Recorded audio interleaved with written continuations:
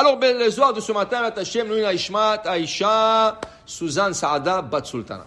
Il dit ici, Vayelech Ish mi Bet Levi, Vayikach et Bat Levi. Alors, la paracha un peu, après on va arriver au Zohar. Qu'est-ce qui est arrivé dans la paracha? Un homme de la tribu de Lévi est parti, et il a pris une femme de la tribu de Lévi. Qui est cet homme? De qui on parle? Alors, la Gemara nous dit, on parle de Amram, le père de Moshe Rabbeinu. On parle de Yochevet, il a pris la fille de Bat Levi. Il a pris la fille de la maison de Lévi, c'était Yochevet, la mère de Moshe Rabbeinu. Qu'est-ce qui est arrivé au juste? C'était juste après le décret, le pharaon, il a dit, tout bébé garçon, il faut le prendre, il faut le jeter dans le Nil. Alors, tu sais combien de milliers de bébés ils ont jeté dans l'eau, ils les ont noyés. Une femme, la pauvre, elle portait un bébé 9 mois. Dès qu'elle accouche, la pauvre, elle a le bébé dans les mains, le policier égyptien était déjà à la porte. Ah, c'est un garçon, donne-moi. Ils ont pris le garçon, ils couraient au Nil, ils le jetaient dans le Nil. Okay? Des milliers de bébés comme ça. Alors, Amram, le père de Moshe Rabbeinu, Moshe n'est pas encore né. Il était le chef de la génération, il était le grand rabbin de la génération. Alors, il a décidé de divorcer sa femme. Il a dit, pas besoin d'avoir des enfants, quoi faire? Ils vont venir, ils vont prendre les enfants, ils vont les jeter en Nil, pas besoin. Il a dit à sa femme, je t'aime et tout, mais écoute, on ne peut pas avoir des enfants dans cette période difficile. Okay? Quand il a fait ça, il a donné exemple à tout le monde. Alors il dit, si lui il a divorcé sa femme, il ne peut pas. Alors tout le monde a divorcé leur femme, tous les hommes divorcé leur femme. Il avait une fille, il avait 6 ans. Myriam, la sœur de Moshe Rabbeinu, elle avait 6 ans. Il dit, papa, qu'est-ce que tu as fait? C'est pire que Paro ça. Paro il a décrété rien que 50%, le garçon. Mais les filles, laissez tranquille. Et toi, en séparant de maman, tu n'auras ni garçon ni fille, et tout le monde n'aura ni garçon ni fille. Laisse le décret à 50%. Et il lui dit, papa, tu sais, j'ai une prophétie. Elle était prophétesse à 6 ans, Myriam. C'est pour ça qu'on dit Myriam Hanevia, la prophétesse. À 6 ans, elle était prophétesse déjà. Elle dit à son père, papa, j'ai une prophétie, que tu vas retourner avec maman, et vous allez avoir un bébé qui va sauver tout l'armée Israël. Elle dit, ah oui?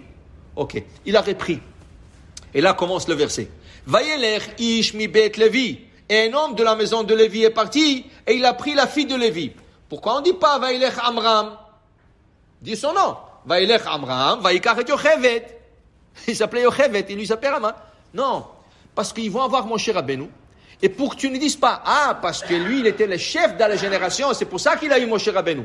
La Torah, justement, ne veut pas dire son nom pour dire que n'importe qui peut avoir un Moshe Rabbeinu. Combien de tzadikim il y a? Est-ce que leur père c'était Amram? Non. Des fois, des gens simples, ils ont eu de grands tzadikim. Alors, tu as dit, il est parti cet homme, il a pris cette femme, ils sont mariés. Et là, Moshe Rabbeinu. Et là, il y a un miracle. Il est né, Moshe Rabbeinu, prématuré. 6 mois et quelques jours. 4-5 jours.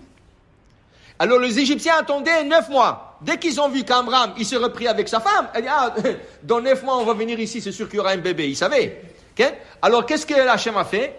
Il est né 3 mois plus prématuré. Avant. Et là, elle a eu la chance de le garder chez elle 3 mois. Et avant le jour qui vient, elle a pris le Moïse, elle l'a mis dans le Moïse et l'a envoyé sur l'eau. Ok? Ça, c'est l'histoire de la Torah. Regardons qu'est-ce que le Zohar nous dit ce matin. Pourquoi la Torah a dit Vaïlech Ish? Il est parti un homme de la maison de Lévi, là. Dit Amram, dit le Zohar, Rabbi Shimon Bar Yochai, qui se sait Ish, da Gabriel. On ne parle pas d'Amram, on parle de l'ange Gabriel. Justement, on n'a pas dit le nom d'Amram parce qu'ici on parle sur un sens caché. Et le sens caché, c'était l'ange Gabriel qui est parti. Qu'est-ce qu'il est parti? L'ange Gabriel qui t'appelait Ish, comme il est écrit dans le livre de Daniel. Va Ish Gabriel, Asheraïte Bechazon, dit le prophète Daniel. Dans ma vision, j'ai vu l'homme Gabriel. Il n'a pas dit j'ai vu l'ange Gabriel. Donc, l'ange Gabriel a le titre de l'homme.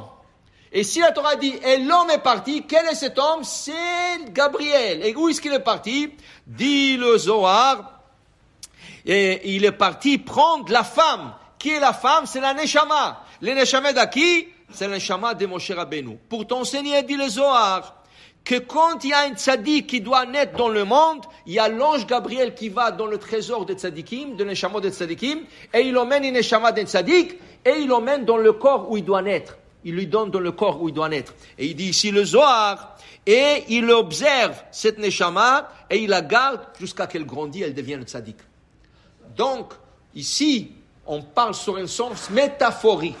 Ça veut dire qu'on parlait d'Amram et Yochevet, mais on parlait en sens caché de Gabriel, qui est parti prendre un neshama de Moshe Rabbeinu, l'emmener dans ce monde, lui a donné dans le bébé qui va naître entre Amram et Yochevet, et Moshe va naître dans la paracha. Dans Parashat Shemot, Moshe va naître, et Gabriel va le surveiller. Pourquoi? Il a été mis dans un Moïse sur l'eau.